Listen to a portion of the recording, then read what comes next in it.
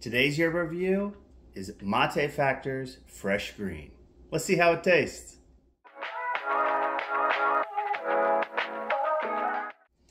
All right, so the Fresh Green is actually a yerba from Brazil, but it's not the powder that you get from Chimango or an erva type of Brazil. I'll show you the cut in a little bit. But this one, Mate Factor, they've got a shop out of Asheville, North Carolina, and they import their yerba and distribute from there. But this is the fresh yerba mate, the Fresh Green, and it's organic. So what I really like is it's a really kind of traditional look on the front. They've got the plant, the leaves here, the yerba plant here, kind of a bamboo sign, looks pretty cool. But what I really am interested in just in the packaging is as you go around, on the side are ways to prepare it. So you've got the traditional, a French press, iced tea, the teapot or a tea ball, you can steep it, a coffee maker, and even espresso machine. So we're gonna be making some of those. Check those videos out in a little bit. But as we keep going, the back side, it's got another one of these bamboo signs on it with the beautiful plant leaves.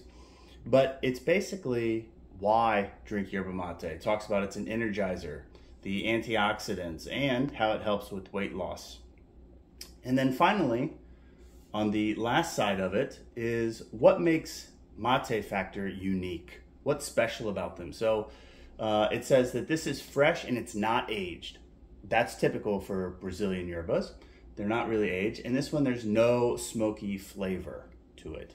So it's organic. I didn't expect it to be smoky, but they've got different sections down here. And what's really interesting, it says low heat, no smoky flavor.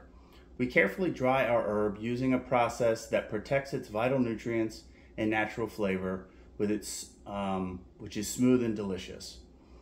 So I'll talk a little bit more about that in a different video, but then it talks, this also a fair trade item. So they've got friendships with producers down there, really cool. And then they got their shop information on it. So one thing I noticed right off the bat, and you will too if you get this one, is that it's packed. So I'm assuming that it's vacuum sealed inside, which is again typical for both Brazilian yerbas, not all of them, but Brazilian yerbas and that fresh, the ones that aren't dried or aged over time. So yeah, let's see, I'm actually gonna take it out of this and you can see it. You can see here that yeah, it comes tightly sealed. It's like a brick. I mean, it literally looks like a brick you'd build a house with. So we are going to go ahead and open this. And well, you're going to need scissors for this. All right, I got my scissors. I'm going to go ahead. I'm just going to try to open it halfway. So I got a kind of a spout to use. There we go. Ooh. I don't know if you guys could hear that or not, that releasing the air getting into it. And well, quite interesting. Very fresh taste, very soft smell. I'm sorry, very fresh smell to it.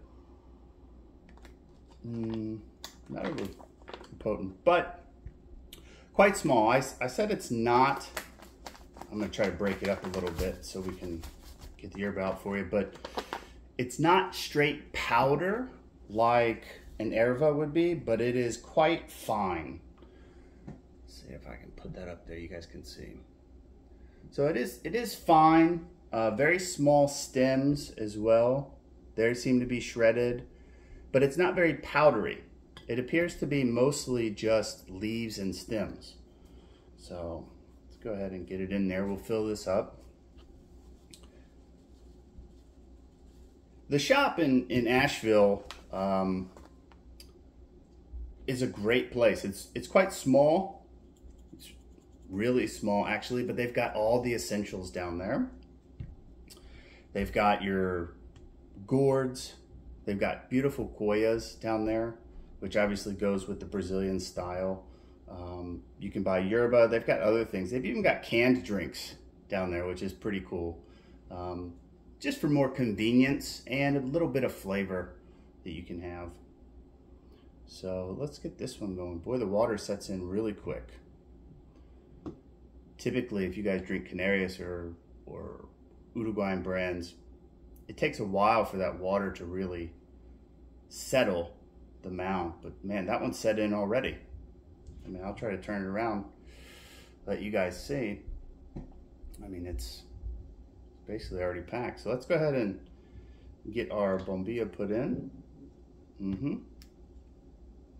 There we go. And let's give it our taste test. So an organic, I'm not expecting, you know, obviously there's no smoky taste to it. But let's see.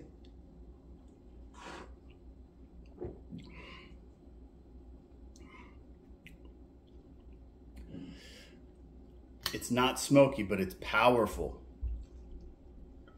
Very grassy taste to it, very grassy.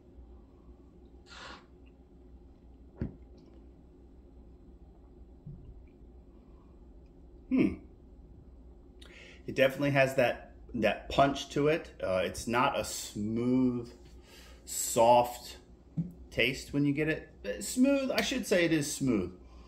It is smooth, but it's strong. It's very potent and super easy to drink, but that taste, very grassy taste. If you ever played sports, whether it was soccer or football, baseball, whatever, out on a field, and you slid across that grass and maybe you got a bit of taste or that smell, that's what it reminds me of. It also, I don't know if I want to use the word buttery, but I get like a kind of popcorn taste with it too. Like the plain popcorn, you know, the one they barely put any butter on, you get it in a bag. Not the good stuff you get from the movie theaters, but